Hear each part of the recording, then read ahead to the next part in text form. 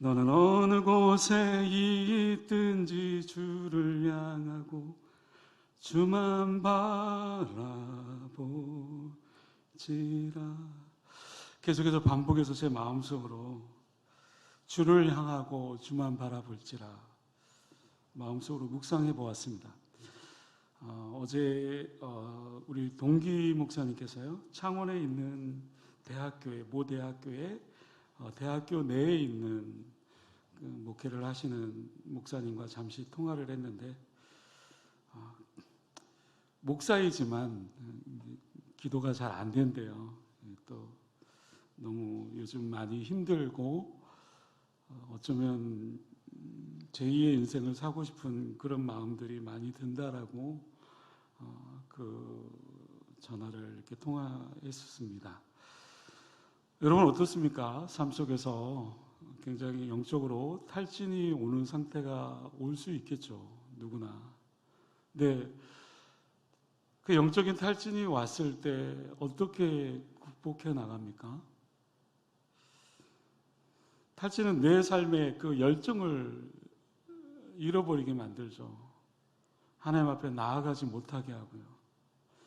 개인적으로 기도하고 또 말씀 읽고 또 그렇게 예배를 드리지만 삶에 정말 지치고 탈진하게 되면 영적 삶을 영위하는 데 있어서 큰 어려움을 겪게 되죠. 우리에게 다가오는 그 탈진 현상들 여러 가지가 있을 수 있겠죠. 성경에 보면, 사무엘상에 보면 다윗은 사울의 딸과 결혼을 하죠. 그러나 사울이 계속해서 다윗을 죽이려고 합니다. 다윗은 어떻습니까? 목숨 걸고 도망칩니다. 심지어는요, 미친 척하고 또 그렇게 미친 척하기도 합니다. 그래서 오늘 본문 시편 142편 표제에 보면 이런 글이 쓰여 있죠. 다윗이 굴에 있을 때 지은 맞쓰길, 곧 기도. 맞쓰길, 교훈이라는 뜻이겠죠. 이 시편은 다윗이 사울의 그 추적을 피해서 도망다니면서 읊은 시예요. 아마도 그 굴은 그가 숨어서 지냈던 엔게디 황무지의 어느 굴이거나 아둘람 굴, 그렇겠죠. 다윗은 시편 142편을 여기서 쓰게 되죠. 그리고 여기에 보면 우리가 정말 다윗처럼 지쳤을 때 어떻게 기도해야 될까? 다윗은 지금 지친 상태입니다. 도망치고 탈진하고 그런 상태에서 어떻게 기도했을까? 이것을 좀 더 본문을 통해서 살펴보기를 원하는데요. 첫 번째로 다윗은 본문에 보면 하나님께 나아가서 소리내어 부르짖으며 간구했다라고 고백하고 있습니다. 1절 말씀을 볼까요? 내가 소리내어 여호와께 부르짖으며 소리내어 여호와께 간구하는도다. 저도요, 힘들 때, 정말 굉장히 힘들 때 저 낙동강에 그 강가에서 정말 소리내어서 하나님께 부르짖던 기억이 납니다. 아주 중요한, 우리가 잊어서는 안 되는 기도의 원칙입니다. 그것이 뭐라고요? 소리내어 하나님께 부르짖는다. 언젠가 어떤 책에서 이런 글을 본 적이 있습니다. 봄철이 되면 제비가 날아옵니다. 제비가 날아와서 흙으로 집을 짓고 거기에 알을 낳지요. 알이 부화되면 어떻습니까? 털이 없는 정말 살덩어리 같은 눈도 못 뜬 새끼들이 어미가 날아오며 또 벌레를, 곤충들을 물어다주는, 그래서 입을 크게 벌리게 되죠. 눈을 안 뜬 놈들이 그저 먹이를 달라고 소리를 짹짹짹짹 소리를 질러댑니다. 그런데 이놈들이 다 먹이를 먹느냐? 그게 아니죠. 먹을 걸 또 달라고 몸짓을 하고 소리를 지르는 놈들이 먼저 먹습니다. 소리 지르며 몸짓으로 먼저 달라고.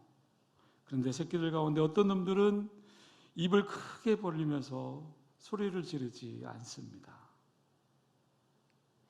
이놈들은 어떻습니까? 경정에서 뒤처지죠. 다 빼앗기죠. 그리고 시름시름 앓다가 죽는 경우도 있습니다. 근데 참 냉정한 게 뭐냐면 그 죽은 새끼를 다른 형제들이 둥지 밖으로 떨어뜨린다라는 거예요. 어미의 입장에서 생각해 볼까요? 얼마나 불쌍하겠어요. 하지만 어미의 역할은 무엇입니까? 그 새끼들을, 그 먹이를 먹여다 주고 물어다 주는 것까지만, 거기까지만이에요. 먹는 건 새끼들의 몫이겠죠. 물론 어떻습니까? 새들의 모습과 우리들의 모습 같을 수만은 없습니다. 하지만 이게 하나님께서 우리에게 어쩌면 정말 먹을 것을 달라고 줄 때 소리를 지르며 또 그 입을 크게 벌리는 그 장면이 우리의 기도의 모습과 똑같지 않을까. 분명 우리가 깊이 생각해 보아야 될 메시지가 아닐까요? 하나님께서 입을 크게 열라고 하시는 것은 분명히 채워주시겠다라는 거죠. 부르짖는 자에게 하나님은 채워주십니다. 하나님은 우리의 모든 필요를 알고 계십니다. 하지만 부르짖지 않는 자에게 결코 먹을 것을 채워주지 않습니다. 부르짖는 것에 생사가 달렸다라고 한번 생각해 보십시다. 절박하다라고 생각해 봅시다. 그렇다면 어떻게 우리가 부르짖지 않을 수 있겠습니까? 하나님께 매어 정말 달려가다시피 그렇게 하나님께 부르짖지 않겠습니까? 어떤 한 목사님께서 우리가 부르짖어 기도하지 못하는 이유가 뭘까 글을 썼는데요. 공감이 되는 것 같아서 한 4가지 정도입니다. 첫 번째 뭐냐면 왜 부르짖어야 되는가, 그 필요성을 잘 알지 못해서라는 겁니다. 두 번째로 교만이나 자만심으로 목이 막혀버렸기 때문에 부르짖지 못한다. 세 번째로요, 경험이 없어서 부르짖지 못하는 사람도 있다. 부르짖어 응답받고 구원받은 사람들, 소리 높여 하나님을 찾고 부르짖게 됩니다. 하지만 그 경험을 하지 못한 사람은 부르짖지 못한다라는 거예요. 마지막 4번째, 확신이 없기 때문이다. 부르짖어 구원받고 문제를 해결받는다고 하는 확신이 없기 때문에 부르짖는 것조차 하지 않는다. 여러분, 내가 소리내어 부르짖으며 소리내어 하나님께 간구한다라는 거 얼마나 귀중한 하나님의 선물입니까? 오늘 본문에 보면 두 번째로 자신의 마음을 하나님 앞에 그대로 토설해야 됨을 말씀하고 있습니다. 2절부터 4절 말씀이요. 제가 다시 한번 읽어드립니다. 내가 내 원통함을 그의 앞에 토로하며 내 우환을 그의 앞에 진술하는도다. 내 영이 내 속에서 상할 때에도 주께서 내 길을 아셨나이다. 내가 가는 길에 그들이 나를 붙잡으려고 올무를 숨겼나이다. 오른쪽을 살펴보소서. 나를 아는 이도 없고 나의 피난처도 없고 내 영혼을 돌보는 이도 없나이다. 지금 다윗의 그 심정 너무 솔직하지 않습니까? 2절에서 4절을 또 읽고 보십시오. 너무나도 다윗의 그 심정을 솔직하게 표현하고 있지 않습니까? 시인은 지금 자신의 모든 것을 그대로 다 드러내면서 하나님께 기도하고 있는 겁니다. 성경학자인 매튜 헨리라는 사람이 있어요. 그 사람이 20편 142편을 이렇게 얘기합니다. 하나님께 드린 다윗의 진정서다. 다윗은 지금 원통함, 속상한 일들, 그 모든 것들을 하나님께 지금 다 토설하고 있습니다. 다 토해내고 있어요. 3절에 볼까요? 내 영이 내 속에서 상할 때에도 라고 말합니다. 4절에 보면 나를 아는 이도 없고 나의 피난처도 없고 내 영혼을 돌보는 이도 없다. 여러분, 내가 궁지에 한번 몰려보십시오. 어떻습니까? 나를 알아주는 사람 없어요. 주위를 둘러봐도 피난처 없어요. 내 영혼 돌봐주는 사람 없어요. 그냥 그대로 지금 다윗은 고백하고 있는 거예요. 근데 이게 누구께 기도했느냐? 하나님께 다 토설하는 겁니다. 이것이 우리 기도의 모습이어야 되지 않겠습니까? 이것이 오늘을 살아가고 있는 우리에게 꼭 필요한 기도의 모습이지 않습니까? 6절에도 다윗은 나를 핍박하는 자들이 나보다 강합니다. 하나님께 고백하고 있어요. 그러면서 뭐라고 얘기합니까? 나를 건져달라고 간구하고 있습니다. 자신의 힘으로 못한다라는 고백이에요. 내 힘으로 못합니다. 자신의 마음을 그대로 다 드러낸다고 하는 거 바로 이것이죠. 누구에게요? 다른 사람에게? 하나님께.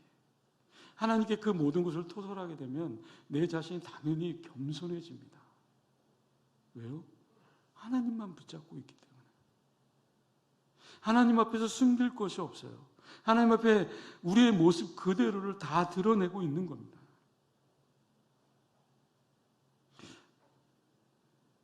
가끔은 그래요. 저도 누군가에게 내 속상한 감정을 털어낼 때도 있었습니다. 털어냈습니다.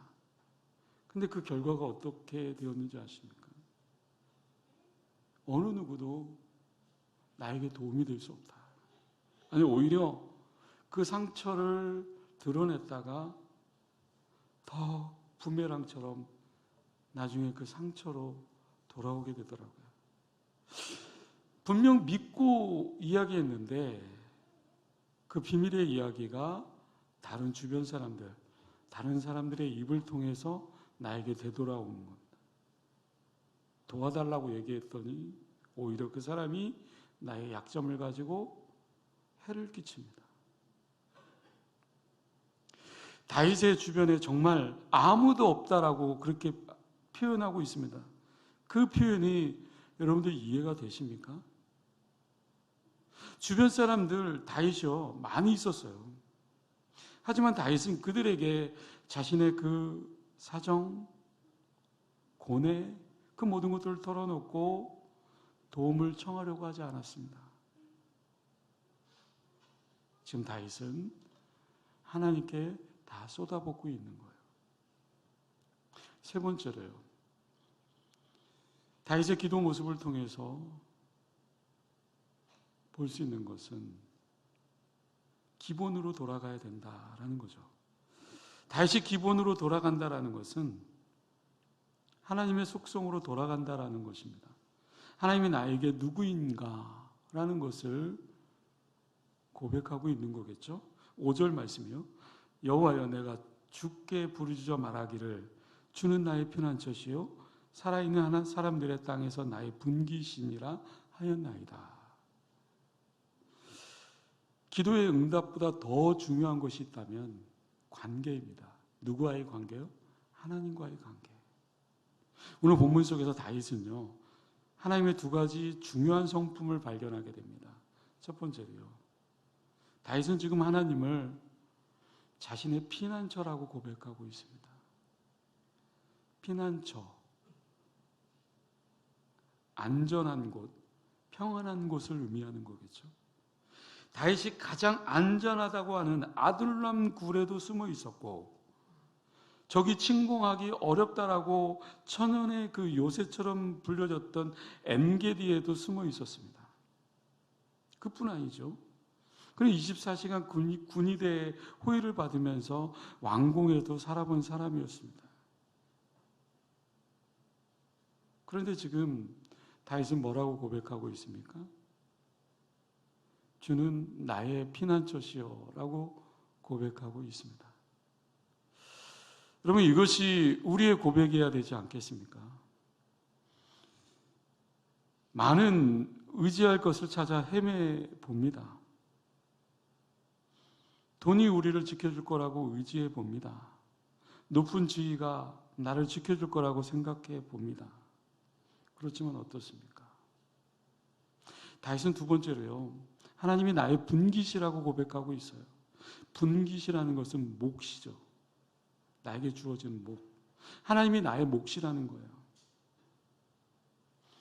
하나님이 나의 몫이라고 그렇게 고백하는 다윗은요, 분명 하나님을 나의 하나님이라고 부를 수밖에 없는 거겠죠. 하나님의 나라를 분깃으로 받게 되겠죠. 영원한 분깃으로 하나님의 나라를 소유할 수 있게 되겠죠. 우리가 정말 영적인 탈진을 했을 때 하나님의 속성은 나에게 돌아갈 놀라운 자리가 되어질 수 있는 겁니다. 하나님의 위대하심을 우리가 선포함으로 말미암아 우리가 돌아갈 자리가 아름다움을 보게 될 수 있는 거겠죠. 하나님은 나를 창조하신 분이시다. 하나님은 나의 용사가 되어주신다. 여호와는 나의 목자이십니다. 여호와는 나의 위로자이십니다. 이런 고백이 우리가 탈진했을 때 돌아가야 될 하나님의 그 성품이 얼마나 아름답고 얼마나 위대한가를 내 입술로 토설하고 또 내 입술로 고백할 때 더 나은 힘을 얻을 수 있겠죠. 네 번째로, 내가 탈진해 있을 때 하나님께 정직해야 됩니다. 다윗은 기도할 때 하나님께 무엇을 달라고 먼저 기도하지 않았습니다. 6절에 보면 다윗은 이렇게 기도합니다. 나의 부르짖음을 들으소서. 나는 심히 비천합니다. 다윗은요, 하나님 앞에서 자신이 어떤 상태인지를 정직하게 고백하고 있습니다. 여러분, 우리가 기도할 때 하나님 앞에서 정직하게 반응하며 고백할 필요가 있겠죠? 왜요? 하나님은 전능하신 하나님이시기 때문에 나의 탈진한 그 상태를 누구보다도 더 잘 알고 계시기 때문에 나의 연약함을 아신다라는 의미이겠죠. 하나님은 나와 함께 하시기를 원하시고 하나님은 나를 돕기를 원하십니다. 내가 정직하게 모든 것을 하나님께 아뢰고 또 하나님 앞에 나아갈 때 하나님은 나의 그 정직함에 반응해 주실 줄로 믿습니다. 그리고 우리가 더 나아가서 투명하게 또 요청해야 되겠죠. 다윗은 다른 사람을 피하려고 동굴에 숨었습니다. 그러나 하나님은 피할 수 없었습니다. 그곳에서 함께 하시는 하나님을 보았습니다. 다윗은 자신의 연약함에 투명하게 드러내죠. 6절 하반절에요. 나를 핍박하는 자들에게서 나를 건지소서. 그들은 나보다 강함이다. 우리의 탈진, 우리의 힘겨움, 그것으로 인해서 사람들에게 숨을 수 있습니다. 그러나 우리가 하나님 앞에 숨을 수는 없는 거겠죠. 때문에 우리는 기도할 때 분명하게 도움을 요청해야 됩니다. 투명하게 요청해야 됩니다. 하나님 우리의 모든 말을 들으시는 분이신 줄로 믿습니다. 마지막입니다. 5번째, 우리는 혼자가 아니라는 것을 기억해야 됩니다. 7절 말씀을 볼까요? 내 영혼을 옥에서 이끌어내사 주님의 이름을 감사하게 하소서. 주께서 나에게 갚아주시리니 의인들이 나를 두루리이다. 본문 속에 나타나는 옥이라고 하는 표현, 지옥을 의미할 수도 있고요, 감옥을 의미할 수도 있습니다. 어떻든 이렇든 옥에 갇힌 그 영혼, 그 상태 어떻습니까? 전혀 소망이 없습니다. 영원한 고통과 원망뿐입니다. 좌절과 절망뿐입니다. 다윗은 바로 그런 지옥과 같은 생활에서 자신을 이끌어 달라고 기도하고 있는 겁니다. 자신의 갇혀 있는 그 영혼에게 자유함을 달라고 기도하고 있습니다. 그는 지금 감사를 잊어버렸습니다. 원망만을 일삼고 있습니다. 그러면서 거기서 건져달라고 간구하고 있죠. 그러나 오늘 본문 마지막은 이런 고백으로 끝납니다. 주께서 나에게 갚아주셨습니다. 주께서 나에게 갚아주셨습니다. 하나님은요, 다윗이 깊은 동굴 어둠 속에 머물러 있기를 원치 않으세요. 우리 하나님은 하나님께서 그와 함께 하기를 원하고 불확실한 상황 가운데서 건져주시기를 원하시는 분이십니다. 하나님은 언제나 은혜를 베풀기를 원하십니다. 예수님도 극도의 깊은 외로움에 머물러 있었지만 함께 하시는 하나님 아버지를 기억하였습니다. 그리고 이겼습니다. 내가 예수님을 생각할 수 없을 때 예수님은 나를 생각하고 계십니다. 여러분, 때로는 내가 영적으로 탈진했다라고 느껴집니까? 아니, 내 세상 속에서 힘겨워 정말 무기력한 상태에 놓일 때도 있지 않습니까? 그때 시편 142편을 읽고 또 읽으며 묵상해 보십시오. 반복되는 삶이어도 괜찮습니다. 내가 지쳤을 때, 내가 탈진해 있을 때, 무더위 속에서 내가 힘겨워 정말 낙심하고 절망하고 있을 때, 다윗의 이 기도, 이것이 우리의 기도가 되어서 하나님 앞에 드려질 때 하나님은 그 기도를 들어주시고 또 우리를 회복해 주십니다. 힘겹지만 어렵지만 그럼에도 불구하고 여전히 우리와 함께 하시는 임마누엘의 하나님, 여전히 우리와 동행하시고 우리를 인도해 주시는 그 하나님, 그 하나님께 모든 것을 맡기고 또 아뢰고 또 기도하고 나아간다면 반드시 우리의 기도를 들어주시고 친히 응답해 주시고 회복해 주시는 놀라운 은혜가 있을 줄로 믿습니다. 한 주간 또 하나님 앞에 소리내어 기도해 보시고 또 토설해 보시고 또 간구해 보시고 기도함으로 말미암아 하나님과의 영적인 관계가 회복되어지고 더 나아가 하나님께 기쁨이 되어지는 복된 삶을 살 수 있기를 주님의 이름으로 간절히 축원합니다. 기도하겠습니다.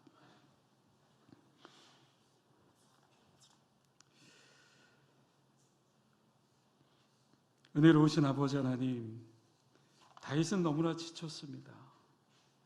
너무나 힘들었습니다. 탈진해 있었습니다. 그러나 다윗은 딛고 일었습니다. 그리고 하나님께 나아가 소리내어 부르짖으며 간구합니다. 하나님 앞에 그 모든 것을 토설합니다.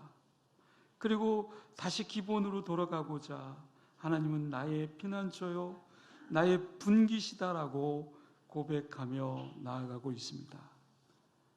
우리는 하나님 앞에 기도하며 조금 더 정직하게 또 투명하게 하나님 앞에 기도하며 나아가야 될 줄로 믿습니다. 분명한 것은 우리는 혼자가 아닙니다. 하나님은 여전히 우리의 소리에 귀를 기울이시고 또 우리 또 하나님의 음성에 또 반응하며 나아갈 때 진히 응답해 주시고 주께서 우리 모두의 간구를 들어주시고 응답해 주실 줄로 믿습니다. 한 주간 살아갈 때 하나님 앞에 기도하며 나아갈 때 또 주님께서 내가 지쳤을 때 탈진해 있을 때 우리의 기도를 들어주시는 그 주님 앞에 또 믿음으로 고백하며 나아가며 또 승리하는 복된 삶이 되어줄 수 있도록 축복하여 주시옵소서. 감사드리오며 예수님의 이름으로 기도드리옵나이다. 아멘. 네, 교회에서 지금 주보를 참고하시고요. 특별히 오늘 오후 예배 마치고 바로 교회